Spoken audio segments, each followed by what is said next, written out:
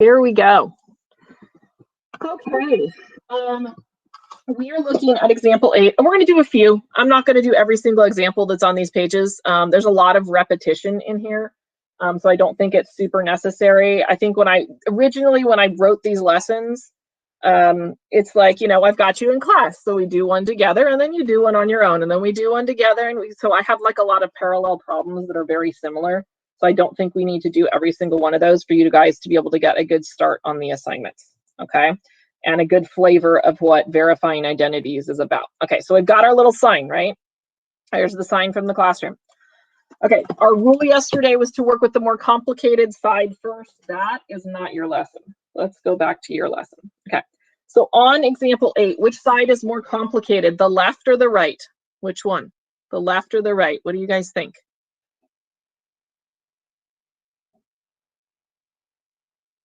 Help me out. Which one looks more complicated? And you've never seen one like this before, right? We're just looking at it going, woo, that looks like fun, doesn't it? Okay, it definitely looks like the left side has more junk on it than the right side, okay? Again, when I can do something where I can simplify things versus build things up, that's what I'm gonna try to do, okay? So I'm gonna try to simplify that without knowing anything else, okay? What do you think we should do with this right here and this right here? What do you think we should do? And it's not distribute because there's no plus sign, but what do you think we should do with those? What operation is in between those two things? What operation do you see? I know we don't have a little symbol there, but what operation would we do between those? How would we say that? Secant of x, a secant to the 6th of x, what secant x? What would we put in there? You guys tell me? There we go. Okay, you're going to multiply. So you guys know what to do. All right. If it had said x to the 6th times x, y, you would have totally gone multiply, right? Totally. Okay. So it's totally multiplication. All right. So I'm going to multiply. And remember, when we're multiplying, we add the exponents that we have. We're just going to pretend we're not going to pretend. There is a 1 there, right? It's an invisible 1. So when I add those exponents together, we get secant to the 7th x tangent x minus secant to the 5th x tangent x. All right. The next thing I am going to try to do, okay, because let's look at what I have here. I have to get 5 secants and 3 tangents, right? So I am going to do some greatest common factor factoring. Doesn't that sound good? We've got, look, if you look at these two sets of things, if I look at the blue set, and if I look at the yellow set, there's things that they have in common, right? That we can take out those greatest common factors. All right. Can you tell me in the chat? I'm curious to see where we're at on this. What do you think the greatest common factor is? You okay? I need my charger. My computer died in class and I had to read on my phone. Okay, go ahead. All right. Okay, I'm seeing some tangent x's. Okay. Remember, I want to bring out the smallest of the exponents that I see that's in common. Ellie is waving. That's her hand. Sherry, she's supposed to be in class, though, so go. No, I just got out. Oh, you just got out of class. Okay. Okay. Here we go. So I like the tangent, okay, but what do you also notice that we've got a secant to the 7th and a secant to the 5th? If this had been x to the 7th and x to the 5th, and it's okay for you to think about it that way. Think about it as variables, okay? Wouldn't we have pulled out the x to the 5th all the way out? So we're going to pull the secant to the 5th all the way out. So I'm going to plot secant to the 5th x tangent of x. I'm pulling that out. So in the blue group, when I pull out the tangent x and secant to the 7th, subtract the exponents, secant squared x. Notice I pulled everything out here, so what's left behind is 1. Okay? Is that making sense? Can you give me a smiley face or a sad face if it's making sense? So yes, a smiley face, it's making sense. Sad face if it's not making sense. I just want to make sure I know that we're all on the same page. We do a lot of self-assessment. Okay, so Natalie needs a little bit more explanation. Abby, okay, Lauren's in between. Okay, so let me try. Let's take a step back. Okay, because we're not all there yet. Okay, so let's say that we had x to the 7th y minus x to the 5th y. Let's go take it back to that level, okay? If I look at these two groups, okay, that group and this group, okay, I'm going to go back even further than that. That means I have 7 x's, right? 1, 2, 3, 4, 5, 6, 7. Oops, I drew 8. Okay, there's 7 x's, 1 y. 5 x's, 1, 2, 3, 4, 5, 1 y. Okay, so now I'm going to pull the greatest common factor. Okay, so I'm going to pull everything that matches, right? So from here, I know that there is 1 x that matches in both of them, right? There's another x that matches in both of them. There's a third x that matches in both of them. There's a fourth x that matches in both of them. There's a fifth x. Oh, we ran out of x's in that last one, right? Then there's a y that matches in both of them. Okay, oop, draw the y. So what's left behind here are, ooh, I erased it. I did not mean to do that. Let's see if I can get it back. Go back, go back, go back. Nope, it's not coming back. All right, oh, now it's in highlighter. Oh, there it is. Wow, look at that magic. It's just going slow. Okay, oh, and now it's green. Let's see. Come on. At least I make it entertaining, guys. All right, there we go. So we've got our y. We know that there's 2 x's left there. So I know that when I write this out, I'm writing 2 x's there. Here, we used up everything, right? So the only thing left is the invisible one in front. And then if I multiplied that back together, I'd get x to the 5th y, x squared minus 1. Okay? All we did is instead of using x's, we used secants and tangents, and they acted like the x's and the y's. Are we doing a little bit better? My sad faces, are we turning a little bit happier? Can you give me a rating now? Is it making a little bit more sense? I'm specifically looking for my sad face people. Okay, and it's okay to be on the sad face. We want to make sure that we're making sure we really get this. Okay, perfect. Okay, my sad face people are happier now. That's where we want to be, right? Okay, so now I'm looking at where I'm supposed to go, right? Ooh, I don't have that yet, but look at this. I do have secant to the 5th. That's good news. But I need to create tangent cubed, which means I don't want a secant over here anymore. So I'm going to go look at my sign. I'm going to go look at my Pythagorean identities and see if I can replace it with something. So I'm coming over here to the pink sign. I'm looking for secant squared minus 1. Hey, it's here. And that's equivalent to tangent squared. So I'm going to replace this piece with tangent squared x. I'm dropping everything else down. All right, so tangent x times tangent squared x, again, we would add our exponents. We get secant to the 5th x, tangent cubed x. Look at what we did. It all fell out. Only 4 lines of work. Okay, so not too horrible, I hope. I hope.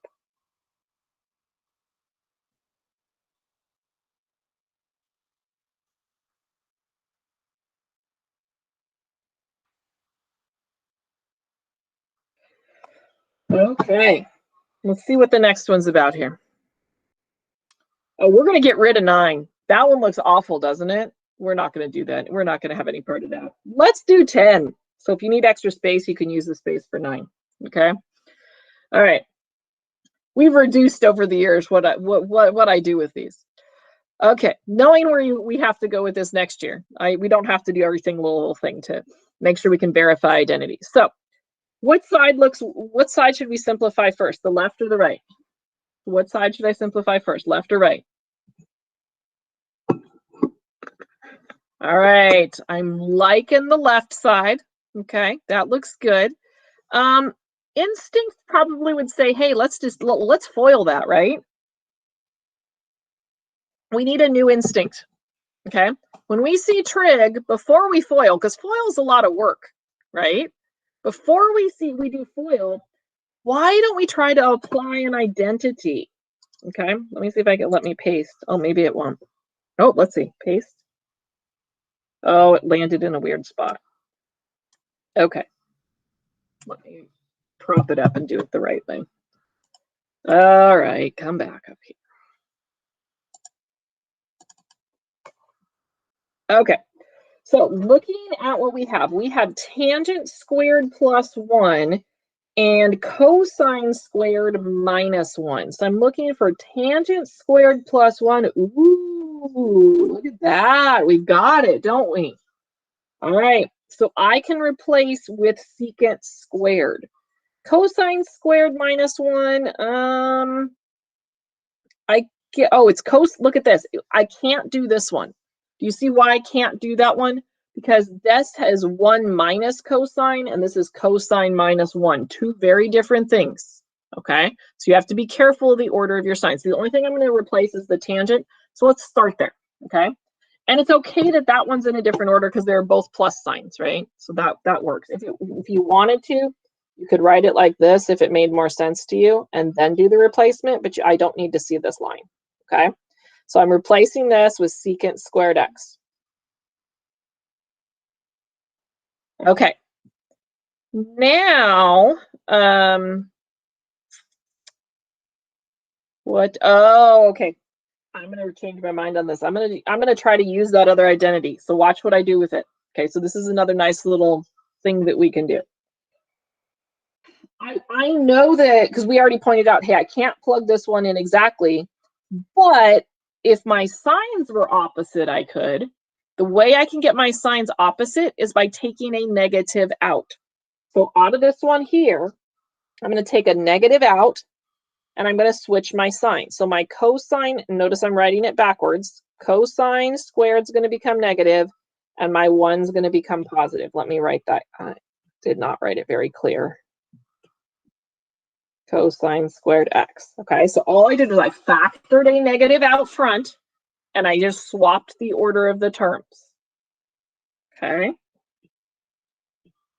Now I can come over here and I can use that 1 minus cosine squared is equal to sine squared. So negative secant squared x times sine squared x.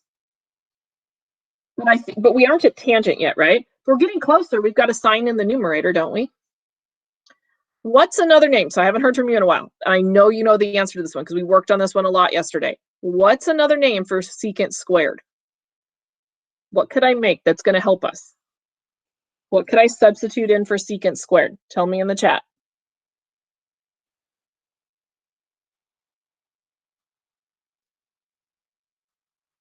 All right, I've got a couple people. All right, nice work. It's 1 over cosine. And specifically, I want to go 1 over cosine squared because I'm in squares, right? So I've got negative 1 over cosine squared x times sine squared x. Now, I don't have to necessarily put that together as sine squared over cosine squared. I just know that I could multiply that together. I could go right into saying that I did get negative tangent squared x, and look at, we got back to what we wanted. Okay. The way to conquer these, you guys, it's just practice, practice, practice. The more experience you get, the more of them we see, the better you start seeing the patterns. Okay. And remember, you try something. If it doesn't work, you try something else. All right. I could have done this problem probably 4 other ways and gotten to the same answer. All right. And as long as you're showing me mathematically sound steps, okay, and I can understand and the trig identity works, and your replacement works, you're going to be okay on the test. Okay. You just got to make sure you're showing me all of those steps. All right. If I don't see all the steps, I can't, there's nothing for me to grade. I can't give you the points. Okay. All right. Let's try example 11. And then we'll see kind of where we're at on time. Okay. All right. So looking at 11. So I would consider subtraction more complicated than multiplication and division. Okay. So I'm still going to go with the left. All right. I don't see a whole lot I can do other than maybe turn the cosecant into 1 over sine. So let's start there. Okay, so I'm going to work with the left side first. I'm going to turn the cosecant into 1 over sine x. All right, but I've got to turn this into cosine times cotangent. So I'm going to try to create a fraction. I see I have a denominator there, so I could try to create a fraction maybe.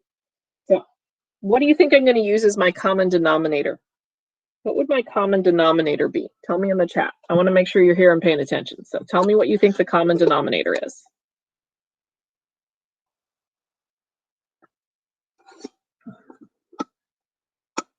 Be brave.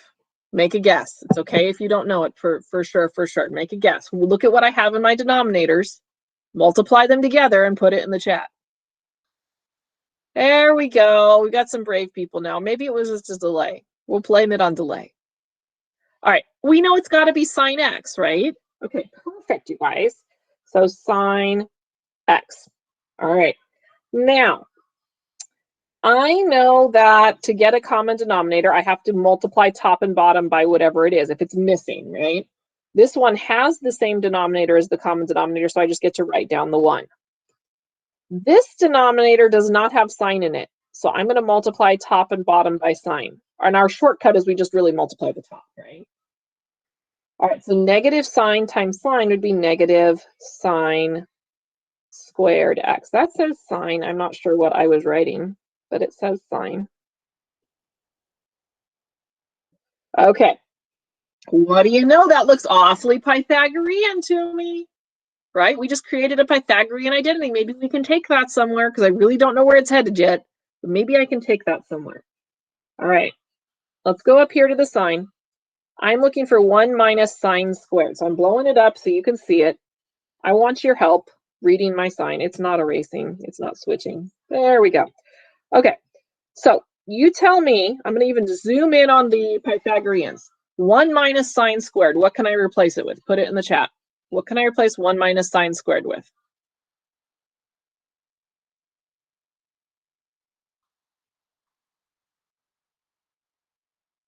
I want to hear from everybody. I want to make sure we're all doing okay on this. We understand that replacement. You guys are 100% right. You're reading the chart really well. Uh-oh. Now I'm going to lose battery. Uh-oh. And I don't have a plug. Okay. I'm going to go grab a plug. Here's what I want you to do. Okay. So you're going to help me. You're going to help me maybe. Okay. All right. So I want you to plug that cosine squared into there on the next line and write that line down. Okay. And then see if you can figure out in your mind, figure out where it thinks it's going. I'll be back in like 20 seconds.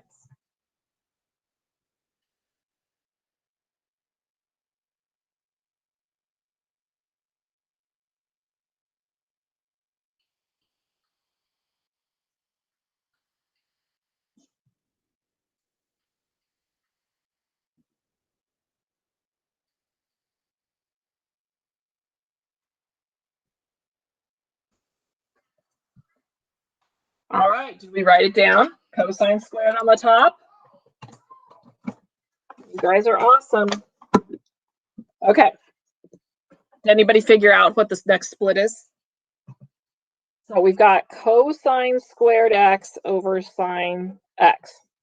A very common thing that happens when we're down to like that, it looks like one term kind of, in order to create those two terms, is we take and separate the cosine. So let's try that, because look, it looks like one of the cosines breaks off up here, right? It's by itself. So I'm going to say cosine of x times cosine of x over sine of x. And what's cosine over sine, everybody? I know we don't do that one very often, but what's cosine over sine? What's that reduced to? Help me out in the chat. All right, good job, cotangent. So cosine x, cotangent x. Okay, and look at, we got back to what we wanted to have. Okay, I think because look at where we started, right? And look at all that stuff we were able to do in between to manipulate the algebra and the trig. And we got down to the, isn't that kind of amazing that that happens? I always find it fascinating on these, that we can get this, have a huge mess, and then it simplifies to something so simple like cosine, cotangent. Okay. I love it when it gets down to 1, right? We can get it down to 1 and it's a huge mess to begin with. All right. Again, I find them fascinating. I feel like it's putting a puzzle together. That's how I interpret trig in my head. It's like putting a puzzle together. All right. What we're going to do, let's see, we're at 47. Okay. I think we're going to pause there today. Okay. We're going to continue with whatever I'm going to finish up tomorrow. All right. I want to give you the last few minutes to get up, take a break. Go walk outside. The sunshine is nice, okay? Take in the sun for 5 minutes. Come back if you've got a few minutes. Start working on the homework. But remember, I said we probably won't be able to finish the homework until we finish the lesson tomorrow-ish, okay? All right. Have a oh, wait, we need a joke. I'll do the joke. That'll be the last thing, okay? And then we'll have a wonderful day. Okay, so if you want to hang around for the joke, hang around for the joke. All right, he said he missed Star Wars Day yesterday, so he had to do a Star Wars joke today. And it's a 9-year-old boy Star Wars joke. No, Lauren, there will not be new homework tomorrow. It's just going to be, we're going to continue the lesson to tomorrow. So start working on it, see how far you can get. And then you can probably continue it tomorrow, okay? I think I made it due next Friday, okay, if I remember right. All right, here we go. Joke of the day. The child who's going to be 90 degrees and wears long sleeves. Hey guys, I thought I could say this joke for yesterday, but of course I had to do math jokes. But my mom remembered today, so here we go. The late Star Wars joke.